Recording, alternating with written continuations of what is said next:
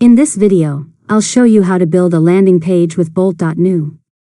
First, open your web browser and go to the Bolt.New website. Sign into your account and start a new project. Next, describe the landing page you want to create in the prompt box. Include the purpose of the page, your target audience, the sections you want, and the overall design style. You can also mention your brand colors, typography, and call to action buttons. Now, submit your prompt and let Bolt.New generate your landing page. It will create the layout, sections, components, and styling based on your description. After that, review the generated page using the built-in preview.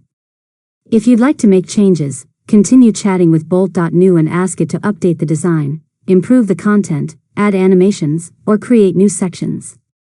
Next, customize the page by adding features like testimonials, pricing plans, FAQs, contact forms, image galleries, or newsletter sign-up forms.